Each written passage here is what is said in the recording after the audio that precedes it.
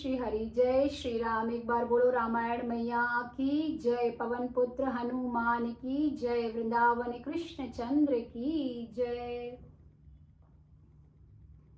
मंगल भवन अमंगल हारी, द्रवहु सुदशरथ अजिर बिहारी।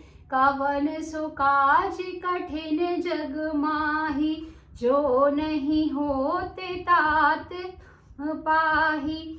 यह उत्सव देखई भरी लोचन, सोई कछु करहु मदन मद मोचन। कामु जारी रति कहु बरु दीन्हा, कृपा सिंधु यह अति भल कीन्हा।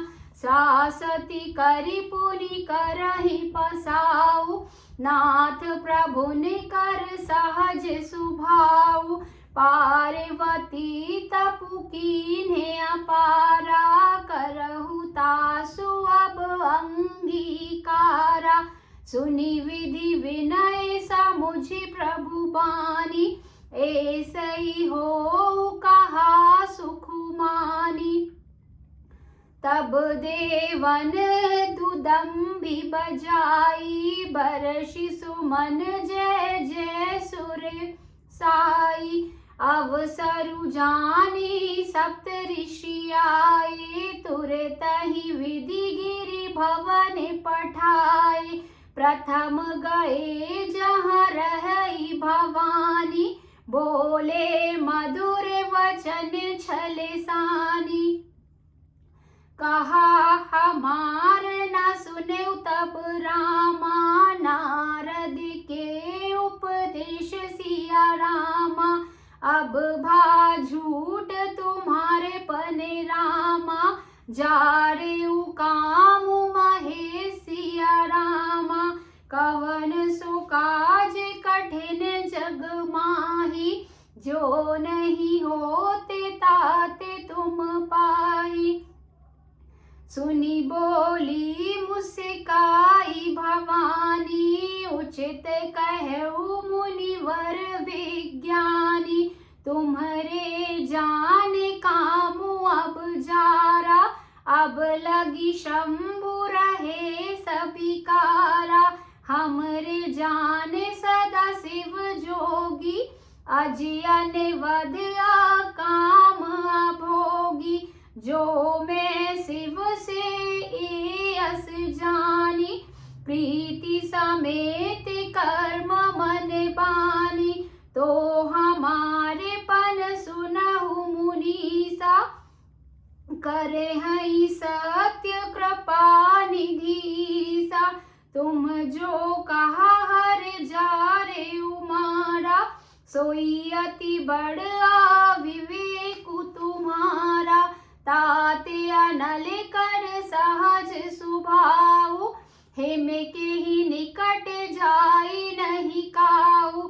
गए समीप सो अवसि न साई, असी मन्मथ माहेश की नाई। हर्षे मुनि वचन सुनी, देखी प्रीति विश्वास। चले भवान ही नाई सिर, गए हिमाचल पास। सियावर रामचंद्र की जय।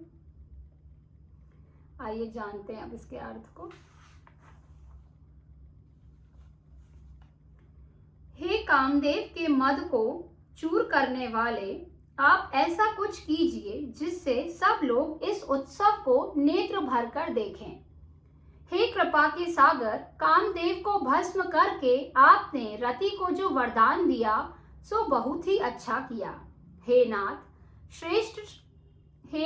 श्रेष्ठ स्वामियों का यह सहज स्वभाव ही है कि वे पहले दंड देकर फिर कृपा किया करते हैं।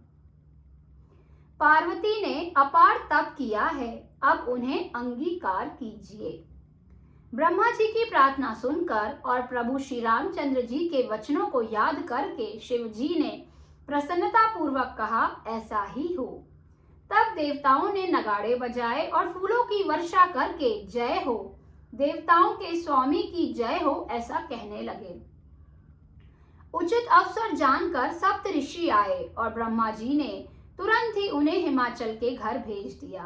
वे पहले वहां गए जहां पार्वती जी थी।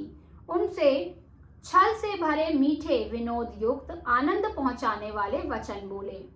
नारद जी के उपदेश से तुमने उस समय हमारी बात नहीं सुनी। अब तो तुम्हारा प्रण झूठा हो गया, क्योंकि महादेव जी ने काम को भस्म कर डाला। यह सुनकर पार्वती जी मुस्कुरा कर बोली, हे विज्ञानी मुनिवरों, आपने उचित ही कहा। आपकी समझ में शिव जी ने कामदेव को अब जलाया है। अब तक तो वे विकार युक्त अर्थात कामी ही रहे, किंतु हमारी समझ से तो शिव जी सदा से ही योगी, अजन्मा, अनिंद, काम रहित और भोगहीन है।